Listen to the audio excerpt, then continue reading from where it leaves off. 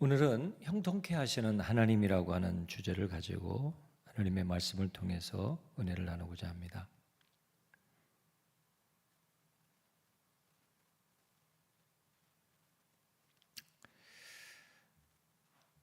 영국의 이코노미스트라고 하는 1844년에 만들어진 저널이 있습니다. 매년 전 세계 분야별 최고 전문가들을 통해서 다음 해에 전개될 정치, 그 다음에 경제, 사회 이런 전체를 개관해서 핵심 이슈들을 전망하는 그런 책이죠. 그러니까 전 세계의 전문가들이 2024년에는 어떻게 될 것인가 하는 것을 전망한 겁니다. 그 중에 그 전문가들은 참 전문가답다 하는 것을 다시 한번 느껴보는데, 첫 번째로 그들이 꼽은 것이 민주주의와 독재 정치가 극심하게 대립할 것이다 하는 거예요. 다시 말하면 미국과 중국의 경쟁입니다. 지금도 미국과 중국의 경쟁 속에서 많은 나라들이 어려움을 겪고 있습니다. 우리가 중국에 의해서 제재를 많이 받고 있죠. 예를 들어서 우리 한국의 그 제일 유능한 수출 상품이 핸드폰입니다. 핸드폰은 정말 전 세계가 깜짝 놀랄 만한 그런 그 내용들을 계속 업그레이드 해주고 있죠. 그래서 그 핸드폰이 중국에 팔려야 되는데 중국이 못 팔게 하는 겁니다. 그러니까 삼성에서 중국의 공장을 유지하지 못하고 철수를 하는 것이죠. 그런데 거기뿐만 아니라 미국도 우리나라를 견제해서 정말 많은 어려움을 겪고 있어요. 그래서 우리나라 기업들이 미국에다가 엄청난 돈을 투자하고 있잖아요. 우리나라의 공장을 지어야 되는데 미국의 공장을 짓지 않으면 물건을 못 판다. 그러니까 미국과 중국, 민주주의와 독재 정치의 그 경쟁 속에서 한국이 참 어려워지고 있어요.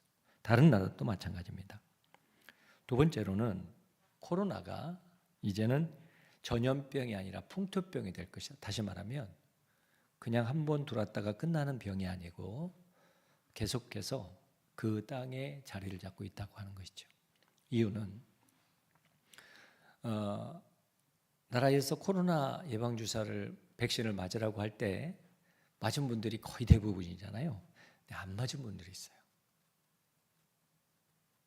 그러니까 그분들에게서는 만약에 코로나가 안 맞았던 분들에게 들어갔다가 나오면 거기서 뭐 바이러스가 변형이 생긴다고 그래요. 또 코로나 주사를 맞은 다음에 백신을 맞은 다음에 또다시 코로나에 걸리게 되면 또 다른 바이러스가 나와가지고 이게 이제 사람들을 많이 희생하게는 안 하지만 그러나 그것이 계속 이 땅에서 떠나지 않는 그런 일들이 있습니다. 그걸 전문가들이 예견했는데 그대로 되잖아요. 그 여러분들이 지금 감기 걸리면 오랫동안 이 감기가 회복이 안 돼요. 그렇다고 크게 아픈 것도 아닙니다.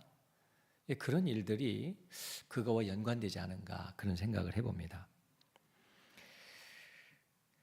그래서 가난한 나라와 부자 나라가, 그러니까 부자 나라는 자기 나라 돈으로 국민들을 백신을 다 맞췄잖아요. 그런데 가난한 나라는 아직 백신을 못 맞춘 나라들이 있어요.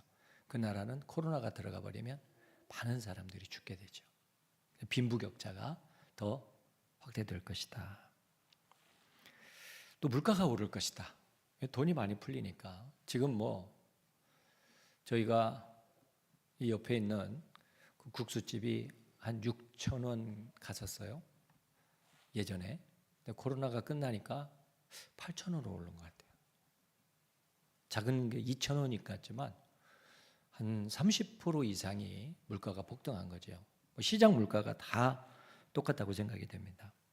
그 다음에 여러분 노동의 형태가 달라졌어요.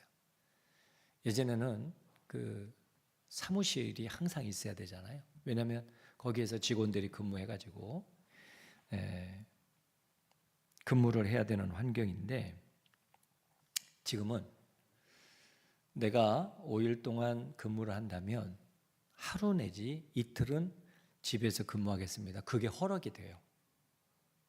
그러니까 뭐가 없어지는 거죠? 사무실이 많이 사라지는 거예요. 사무실을 필요로 하는 사람들이 적어지기 때문에 사무실의 공실이 많이 늘어나는 거죠. 전혀 생각하지 못한 그런 일들이 이미 1년 전에 전문가들이 예견을 했는데 그대로 들어맞고 있어요. 또 암호화폐가 급성장할 거다. 뭐 우리는 지금 비트코인을 잘 모르는데 그 가상화폐가 우리는 모르는 사이에 젊은이들은 많이 그거를 사고 있더라고요. 그래서 예전에 한 400만 원, 500만 원 가던 게 지금 1억을 넘어갔습니다. 비트코인 한 개가. 상상을 못하는 일이 벌어져요. 뭐 화폐도 아니고 하여튼 뭐 전 잘 모르겠어요. 아무리 제가 들어도 뭔가가 있는데 그거 하나가 1억이에요. 1억.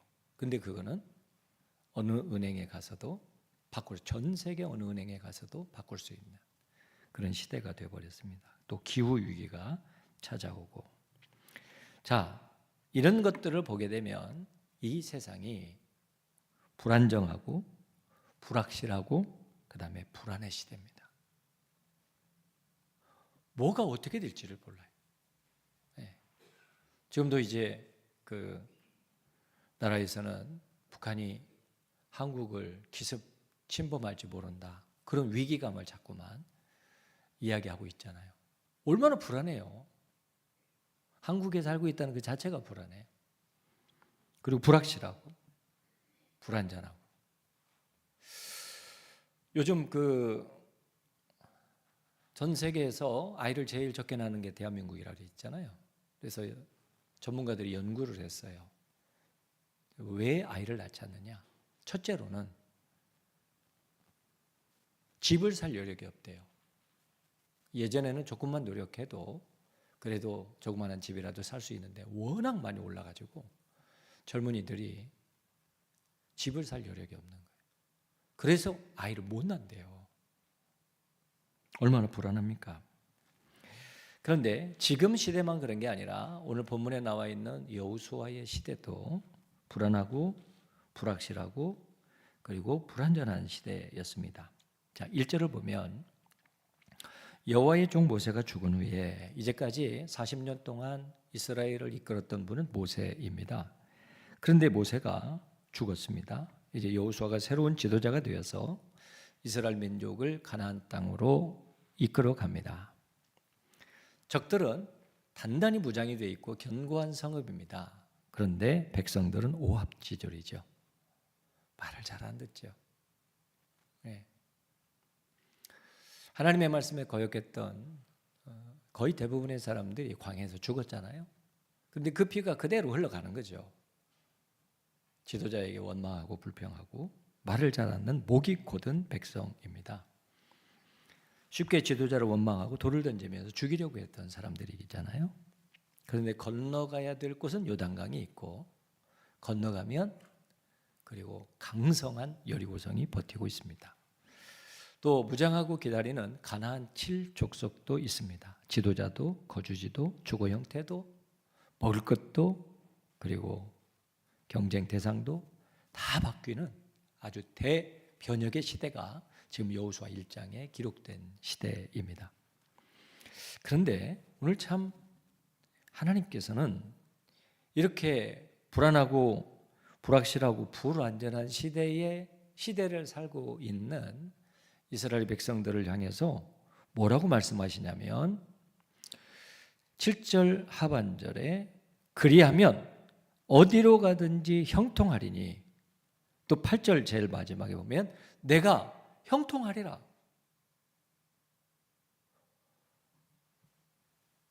불안하고 불확실하고 불안전한 시대를 살아가는데 너 형통하게 될 거야. 거기서 끝나는 게 아니라 너는 형통하리라는 겁니다. 어디로 가든지 이 말은 내가 걸어가는 모든 곳에서, 지금 우리 성도님들이 2024년도에 불안하고 불확실하고 불안정한 시대를 살고 있지만 하나님께서는 여러분들을 향해서 너는 형통하리라, 형통하게 될 것이다 선포하십니다. 그 말씀을 믿으시기를 축원합니다. 어디까지 형통하냐? 내가 걸어가는 모든 곳에서 형통합니다. 이 형통이라는 것은 모든 일이 잘 되어간다는 의미입니다. 히브리어 사칼이라고 하는 단어를 번역하면 형통이 되는데 이 말의 의미는 신중하다, 이지적이다, 전진하다, 유익하다, 번영하다, 성공하다, 이롭다, 이런 말과 같이 쓰이는 단어입니다. 단순하게 우리가 물질적인 형통함만이 아니라 신중하고 지혜로우며 전진하고 유익하고 번성하고 성공해서 결국 하나님의 뜻을 이루는 것, 이게 바로 여호수아서 1장 7절과 8절에서 말하는 형통입니다. 하나님이 우리에게 원하시는 길이 형통임을 믿으시기를 축원합니다.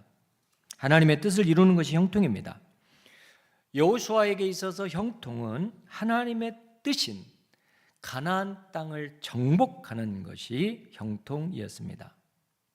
하나님은 형통의 약속을 위해서 새롭게 출발하는 여호수아에게 너는 불안과 염려가 아니라 그에게 기대와 희망을 주는 겁니다. 우리 성도님들도 하루를 살면서 또 한 해를 살면서 여러분 가정을 운영해 가면서 얼마나 불안하고 염려가 되십니까? 그런데 하나님은 여러분들이 불안하고 염려할 것이 아니라 기대와 희망을 가지라고 말씀하고 있는 겁니다. 형통하기를 우리가 원한다면 형통을 좋아하고 또 형통에 대해서 관심을 가져야 됩니다.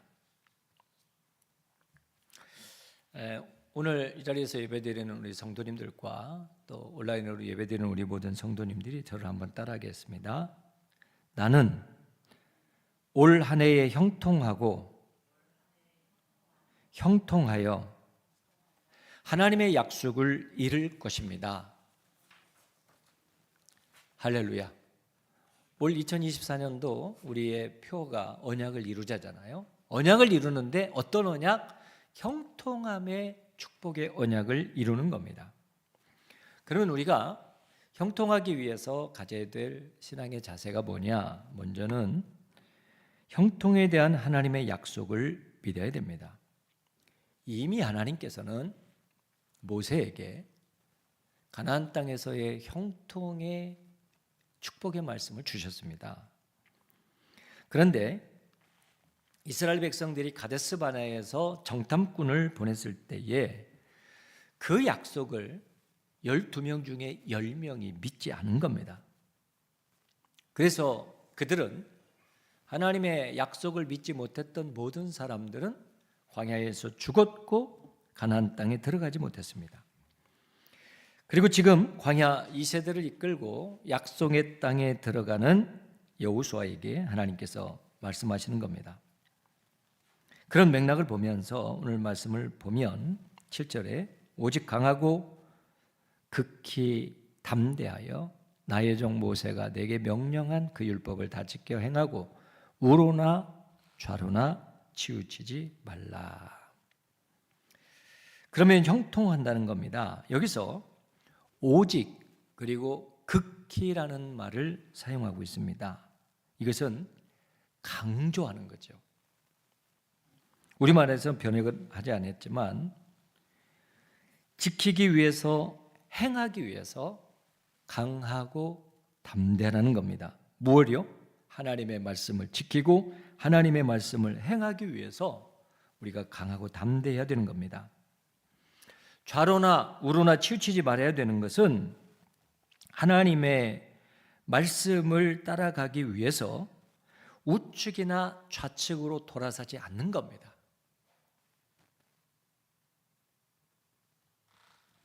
치우치지 말라는 것은 돌아선다는 말이거든요. 그러니까 하나님의 말씀을 지키는데 어떤 사람은 좌측으로 빠지는 사람이 있고 우측으로 빠지는 사람이 있고 어떤 사람은 아예 뒤돌아가는 사람이 있는 거예요.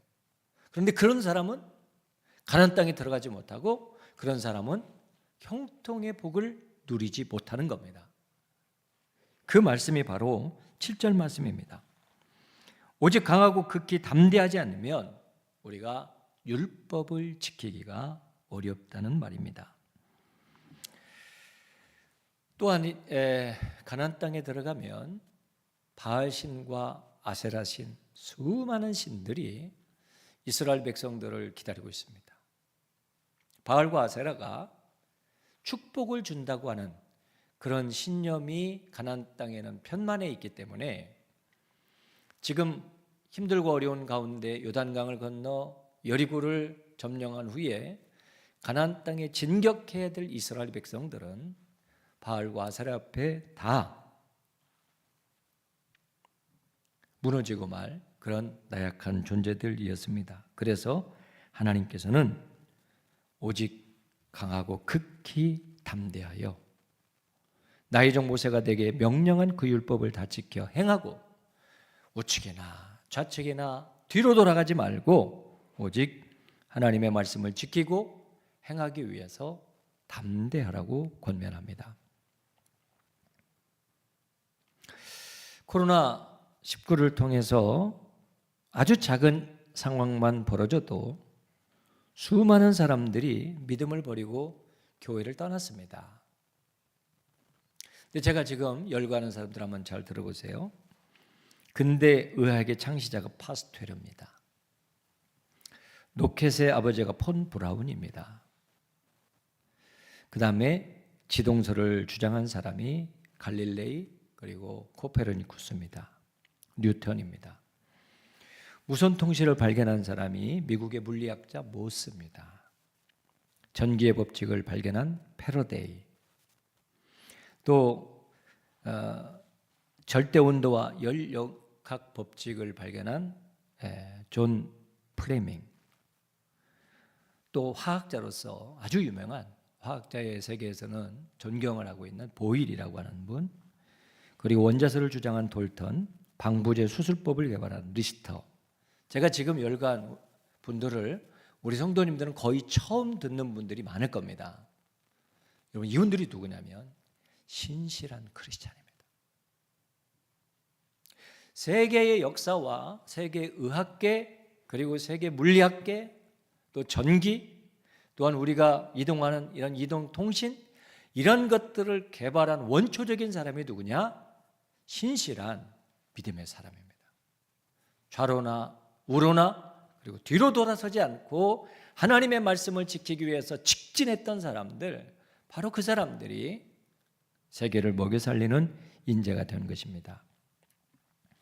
예수님은 누가복음 18장 8절에 인자가 올 때에 세상에서 믿음을 보겠느냐 이렇게 안타까워하십니다. 하나님이 계시지 않아서 믿지 않는 것이 아닙니다. 믿지 않기 때문에 하나님이 계시지 않는다고 생각하는 겁니다. 잘 들으세요. 하나님이 계시지 않아서 믿지 않는 게 아니라 믿지 않기 때문에 하나님이 안 계신 것처럼 살아가는 거예요. 디모데후서 3장 1절에서 9절에 보면 말세의 징조를 말하고 있습니다. 하나님의 약속에 대한 믿음이 없어지는 시대가 말세입니다. 또 사람들의 사랑의 대상이 완전히 바뀌어서 하나님을 사랑하지 않고 자기가 사랑할 것을 사랑하는 시대가 되는 겁니다. 말세가. 그리고 돈을 사랑합니다. 다시 말하면 돈이 신이 되어버리죠. 여러분 정말 하나님을 더 사랑하세요? 돈을 더 사랑하세요? 하나님을 사랑한다고 한다면 우리가 하나님 앞에 약속한 예배 시간을 허투루 보낼 수가 없는 거예요. 하나님을 중요하게 여기지 않고 있다는 거거든요. 그게 어느 시대라? 말세라는 거예요. 돈이 신이 되어버려요. 돈 벌기 위해서 신앙을 저버리는 거죠. 또 자신을 자랑하고 교만하게 되니까 하나님을 부정합니다. 또 다른 사람을 비방하고 부모를 거역하며 감사하거나 거룩하지도 않은 바로 그때가 말세라는 겁니다. 여러분, 왜 이런 일들이 벌어집니까? 결국은 믿음이 없기 때문에 믿음이 파산되는 겁니다. 언제? 말세입니다.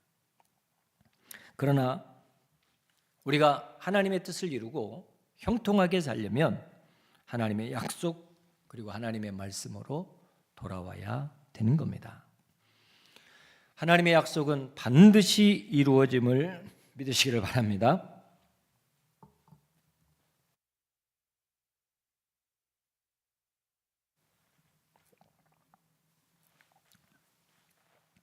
그래서 하나님의 형통을 향해서 나가는 사람들은 어떤 유혹과 핍박이 와서도 하나님을 믿고 따르면 내게는 형통이 주어진다고 하는 이 믿음은 변함이 없어야 됩니다.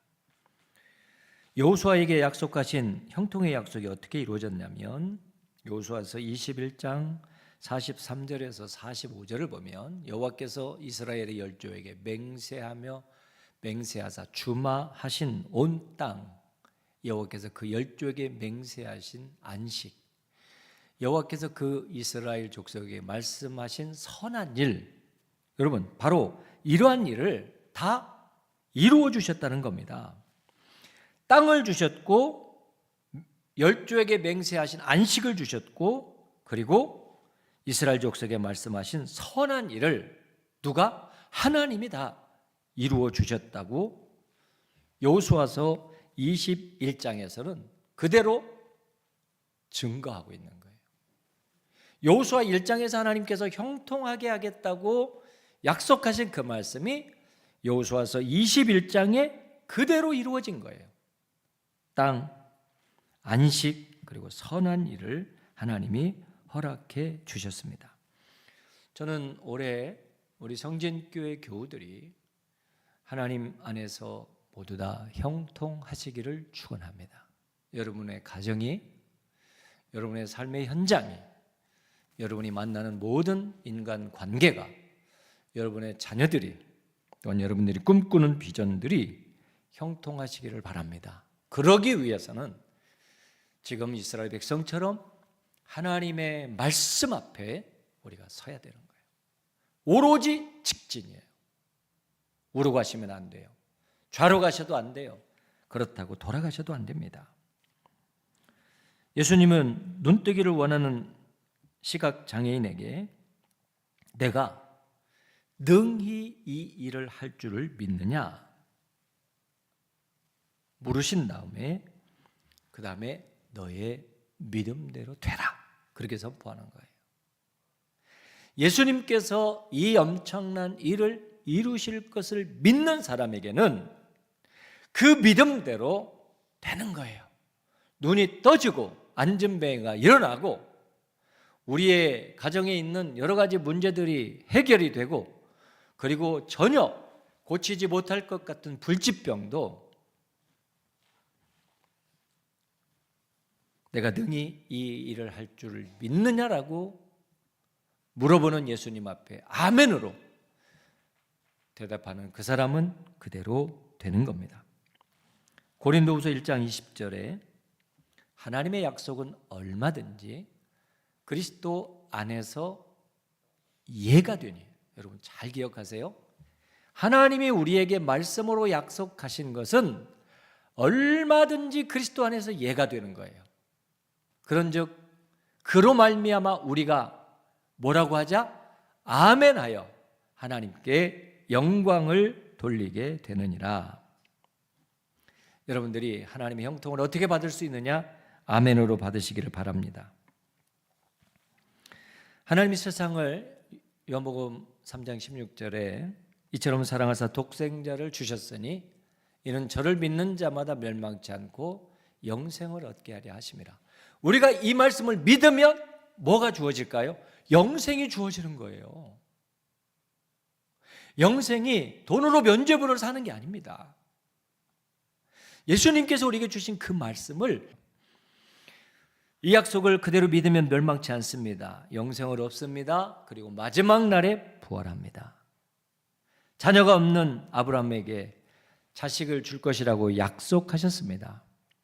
그러면 그 하나님의 약속을 그대로 믿으면 아브라함에게 이삭이 탄생하는 겁니다.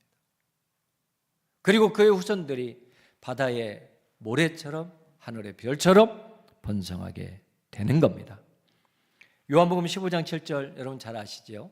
너희가 내 안에 거하고 내 말이 너희 안에 거하면 무엇이든지 원하는 대로 내게 구하라. 그리하면 어떻게 된다? 이루어 주신다는 겁니다. 그 약속을 믿고 하나님 앞에 기도하면 이루어집니다. 여러분, 2024년도가 바로 이 언약이 이루어지는 해가 되기를 간절히 축원합니다. 우리 성도님들이 여러 가지 기도의 제목을 놓고 하나님 앞에 기도하시잖아요. 그 기도하는 대로 하나님께서 응답해 주신다는 겁니다. 수고하고 무거운 짐진 자들아 다 내게로 오라. 내가 너희를 쉬게 하리라. 모든 짐을 주께 맡겨버리면 주 안에서 안식을 누리게 되는 겁니다. 베드로전서 5장 7절 너희 염려를 다 주께 맡기라. 이는 그가 너희를 돌보심이라. 여러분, 하나님께서 우리에게 주신 약속을 믿고 쓸데없는 염려의 늪에서 신음하지 마시고 다 주님께 맡겨버리는 믿음의 사람이 되기를 바랍니다. 주님 앞에 어떤 사람이 맡겨요? 믿음이 있어야 맡긴다는 거예요. 믿음이 있어야. 그런데 그 믿음은 어디서 와요? 하나님의 말씀을 들음으로 오는 거예요. 지금 우리 성도님들이 사순절 기간에 지금 필사를 하고 있습니다. 욥기에서 이사야서까지 많은 분들이 정말 열심히 수고하실 거예요. 손에 뭐죠 이게? 볼펜을 많이 잡으면 하여튼 그게 생겨요. 그리고 목도 아프실 테고 얼마나 힘드세요. 그런데 여러분, 성경을 필사하는 가운데 하나님의 말씀이 살아 움직일 때가 있어요. 여러분, 그것들을 체크하시는 거예요. 그 말씀이 여러분들을 이끌어 가시는 거예요. 하나님이 약속하셨으면 그 약속을 이루어 주신다니까요. 그런데 그 약속은 그냥 자다가 꿈꾸는 데서 받는 게 아니라 하나님의 말씀으로 받아야 정확해요. 그 말씀으로 받은 그 말씀을 가지고 우리가 선포하고 나가면 여러분들의 믿음이 커질 뿐만 아니라 그 사람에게는 하나님께 맡기는, 주님께 맡겨버리는 그러한 믿음의 확장성이 시작이 되는 거예요. 미국의 트루먼 대통령이 은퇴 후에 고향을 방문했습니다. 한 소년이 물었습니다. 대통령님은 어릴 때 어떤 사람이었습니까? 그랬더니 나도 너희만 할 때는 아주 볼품이 없었다. 운동도 못하고 안경을 벗으면 책도 보지 못하는 그러한 눈도 안 좋은 그런 어린이였어. 그러면 대통령님은 어떻게 해서 대통령이 되었나요? 그랬더니 이분이 이렇게 말씀하는 거예요. 나는 매일같이 성경을 읽었다. 그리고 내 뒤에서 밀어주시는 하나님을 나는 믿었지. 그리고 내게 능력 주시는 자 안에서 내가 모든 것을 할 수 있다는 빌립보서 4장 13절 말씀을 가슴에 새기고 하나님께서 인도하는 대로 갔더니 하나님이 그 일을 나에게 맡겨주었지. 할렐루야. 여러분, 얼마나 멋진 대통령입니까? 여러분, 전 우리 교회 안에 이러한 인물들이 많이 일어나기를 간절히 축원합니다. 여러분, 우리 대한민국은 대단한 나라입니다. 제가 여러 번 말씀드리지만 여러분 19세기에 한국의 사진을 한번 찾아보세요. 여성들이요, 한복을 입고 다니는데 젖가슴을 다 내놓고 다닙니다. 그렇게 살았던 대한민국입니다. 그런데 지금 이 대한민국이 어떤 나라가 됐습니까? 엄청난 나라가 되어 있는 거예요. 다시 말하면 지금 형통이 시작된 거예요.